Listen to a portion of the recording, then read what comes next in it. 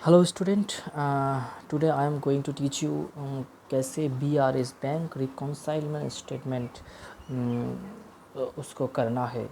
GIB में ये chapter मतलब as a non commerce background मैं सब वीडियो में ऐसे कहता हूँ नॉन कॉमर्स बैकग्राउंड, क्योंकि मैं नॉन कॉमर्स बैकग्राउंड से हूँ और मैं जानता हूँ पहली बार GIB एग्ज़ाम जो हम देने जाते हैं, जब एक बुक पढ़ते हैं तो कितना दिक्कत होता है हमको समझने में।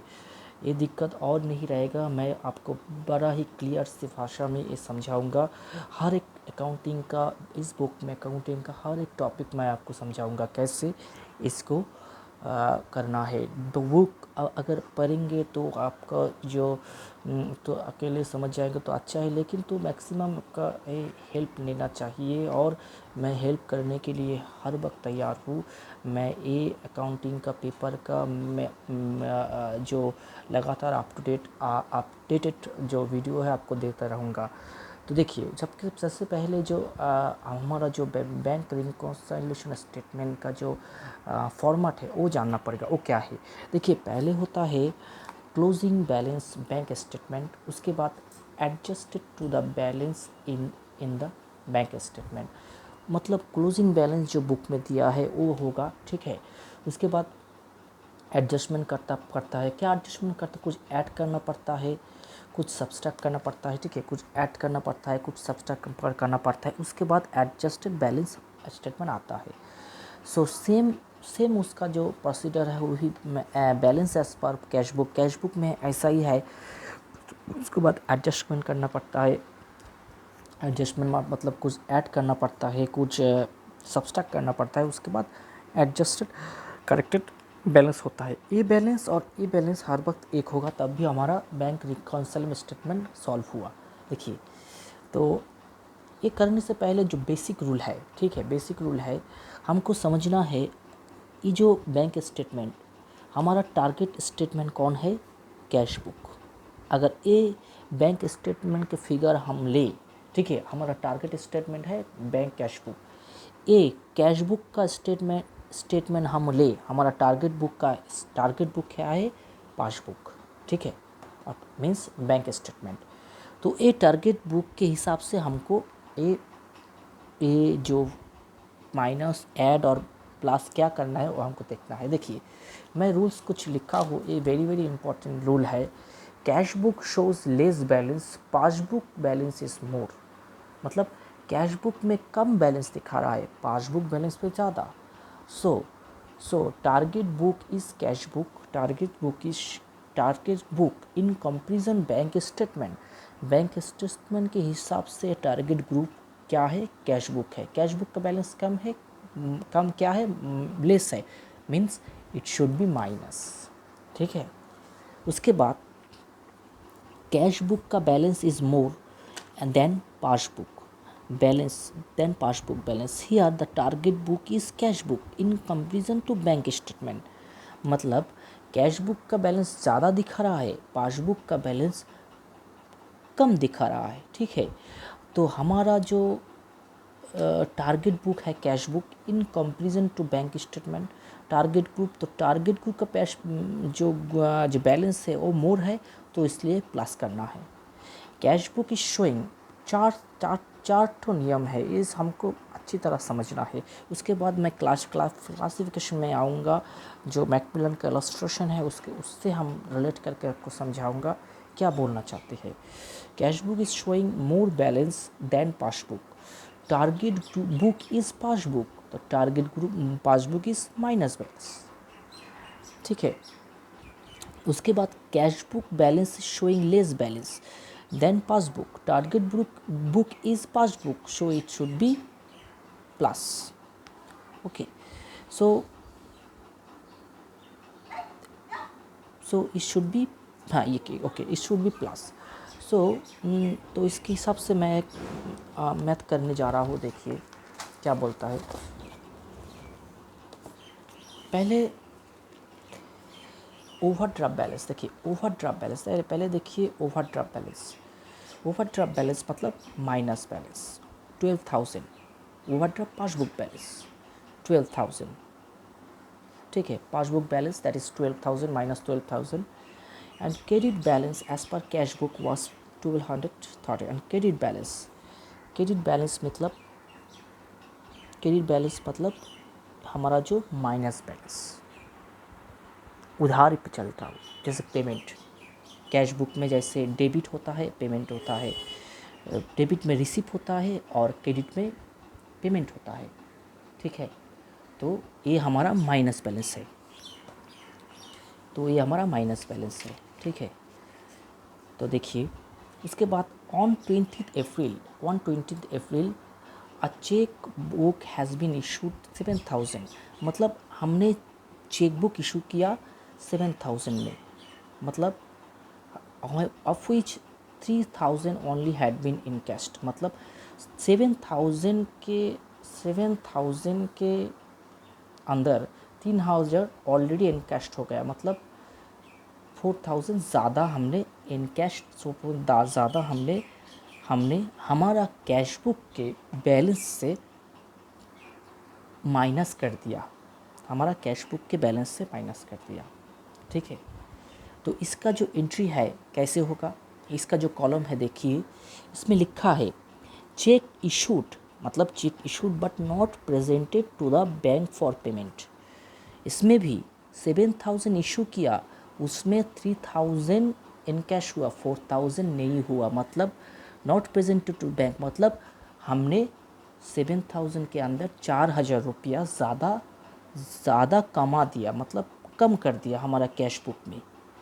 तो उसके हिसाब से हमारा रूल के हिसाब से ये माइनस होगा क्या प्लस होगा, देखिए जब हमारा बैंक स्टेटमेंट हमारा है दिया हुआ है और हमारा टारगेट बुक है कैश बुक, तब हम क्या करेंगे, मतलब कैश बुक में तो हम 4,000 कम दिखा दिया, ठीक है। कम मतलब तो जो कम है तो उसके लिए हमको इसको कम ही करना होगा, मतलब इसको सब्सट्रैक्ट करना होगा। मतलब टारगेट बुक में तो हमने क्या किया, हमारा कैश बुक में तो कम बैलेंस कर दिया ना, 7,000 कम कर दिया, लेकिन उस पर 3,000 इनकैश हुआ तो 4,000 बाकी ना, तो 4,000 ज़्यादा मैंने बैलेंस कम कर दिया मेरे कैश बुक में, ठीक है, मेरे कैश बुक में कर दिया। तो इसलिए टारगेट बुक क्या है, कैश बुक का बैलेंस क्या है, कम है, तो इसको माइनस करना होगा। बहुत ही सिंपल रूल्स के एकदम सिंपल रूल्स की तरह ही आप धीरे धीरे इसको देखिए, समझ आएगा। उसके बाद क्या बोलता है, cheque amounting to had 3,500 had been deposited into bank, but of this only 500 has been credited in the passbook. मतलब देखिए ये जो सेंटेंस है इस फॉर्मेट में कौन सी जगह में फिट होता है, ये जो बोला है देखिए इस पे होता है जिसमें जो देखिए आप ही गौर कर सकते हैं कौन सी जगह फिट होता है। Cheque deposited but not yet created, इसमें भी लिखा है only had been credited in the passbook, मतलब चेक हैड बीन डिपॉजिटेड किया हुआ है, लेकिन बट ऑफ दिस उसमें से 500 रुपीज़ ही क्रेडिट हुआ है। इसमें सेम है, cheque deposited but not created, मतलब चेक डिपॉजिटेड करके हमारा कैश बुक में बैलेंस बढ़ा दिया, ठीक है। तो हमारा टारगेट बुक क्या है, कैश बुक, तो कैश बुक में बैलेंस बढ़ा है, तो इसलिए हमको इसको भी 3,500 रुपया में 5,000 रुपया तो क्रेडिट हुआ, 3,000 रुपया नहीं हुआ, ठीक है। तो हमारा कैश बुक में ऑलरेडी में हमने बैलेंस बढ़ा दिया, चेक डिपॉजिट किया ना, तो हमारा कैश बुक में बड़ा बैलेंस बढ़ा दिया। टारगेट बुक क्या है, कैश बुक है, तो इसलिए हमको क्या करना है, जो बड़ा है मतलब इसको प्लस करना है, तो हमने प्लस कर दिया। बहुत ही सिंपल रूल।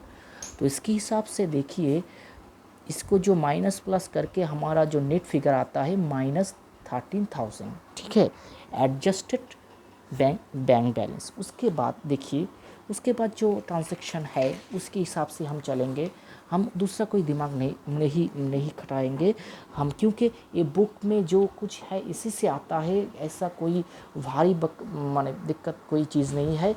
लेकिन हम लोग जो as a non commerce background जब भी पढ़ने जाते हैं हम बहुत ही हिचकिचाते हैं, क्योंकि 5 साल 10 साल लगा जाता है JIB पास करने में, उसके बाद तो CIB, मतलब समझो पढ़ाई कितना मुश्किल होता है, हम समझ लेता है नौकरी के बाद, ठीक है। लेकिन ये कुछ नहीं, आपको लॉजिकली कुछ समझना है, मैं लॉजिकली आपको समझाऊंगा। उसके बाद बोलता है जब bank has charge an interest on overdraft 500 the intimation of which was received only 4 मई। देखिए उसके बाद जो ये जो स्टेटमेंट है, इसमें ये जो फॉर्मेट है, इसमें कौन सी जगह फिट होता है, बोलिए कौन सी जगह फिट होता है। बैंक हेड चार्ज देखिए, बैंक हेड चार्ज देखिए, मतलब बैंक हेड चार्ज मतलब debit entries shown in the bank statement but not appearing in the cash book. मतलब बैंक ने चार्ज कर दिया, हमको पता नहीं, बैंक ने चार्ज कर दिया, हमको पता नहीं, बैंक ने उसने घटा दिया अपने बैंक से, उस बैंक ने उसने घटा दिया बैलेंस, किंतु हमको पता नहीं, हमको पता नहीं, हमारा कैश बुक नहीं जानता है। देखिए तो इधर क्या है, इधर जो हमने लिया कैश बुक, हमारा टारगेट बुक क्या है, हमारा टारगेट बुक बैंक पासबुक। तो बैंक पासबुक बैंक ने ऑलरेडी घटा दिया, हमारा टारगेट बुक है क्या, बैंक पासबुक। तो बैंक ने ऑलरेडी वो बैलेंस घटा दिया, टारगेट बुक है पासबुक जो कि कम है, इसलिए उसको भी सब्सट्रैक्ट करना होगा। हमने तो, मेरा टारगेट बुक है बैंक पासबुक, वो तो बैलेंस कम हो गया, ठीक है, बैंक पासबुक का बैलेंस कम हो गया, टारगेट बुक क्या है, हमारा बैंक पासबुक है, तो जो कम है वो कम ही करना होगा, उसके लिए हम सब्सट्रैक्ट कर दिया 500, ठीक है।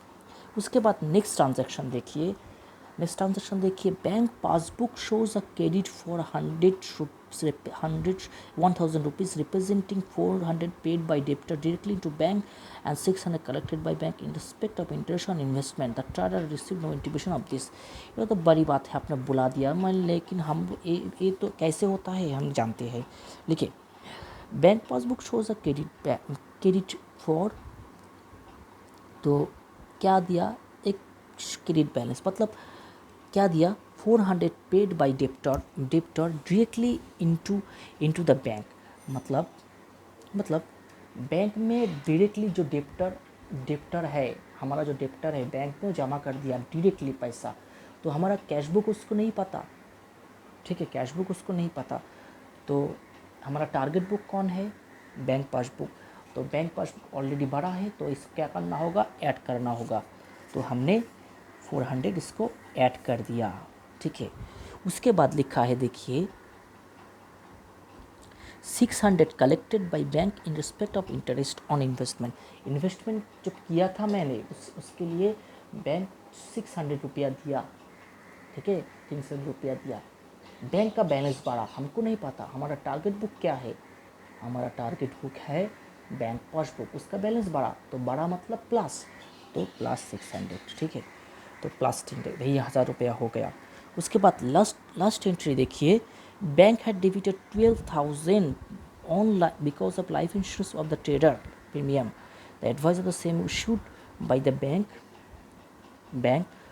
on by the 6th May on 6th May। मतलब बैंक ने डेबिट कर दिया, इंश्योरेंस प्रीमियम देना है किसी को, इसके लिए मेरा बैंक अकाउंट डेबिट कर दिया, हमको नहीं पता, हमारा टारगेट बुक क्या है, बैंक पासबुक है, बैंक का पासबुक घटा है तो माइनस करना होगा, इसलिए हमने 1200 रुपया माइनस कर दिया, तो नेट फिगर हमारा जो आता है 13,000 माइनस। तो इसका एडजस्टेड बैलेंस, इसका एडजस्टेड बैलेंस एक है, मतलब हमारा बैंक रिकॉन्सिलिएशन स्टेटमेंट एकदम ठीक है, ठीक है, ओके। इसके बाद और एक जो क्रिटिकल है जीआईबी बुक का, उसका भी एक बैंक स्टेटमेंट हमको दिखाएंगे एक बारीक तरह। आप इसमें सब्सक्राइब कीजिए, कमेंट करिए, कोई भी प्रॉब्लम हमको बताइए, क्या भूल हो गया क्या नहीं है उसको भी बताइए, ये जो मुझको बहुत हेल्प करेगा। मेरा जो इनिशिएटिव है आपको सिर्फ सिखाना है और समझाना है। Thank you very much.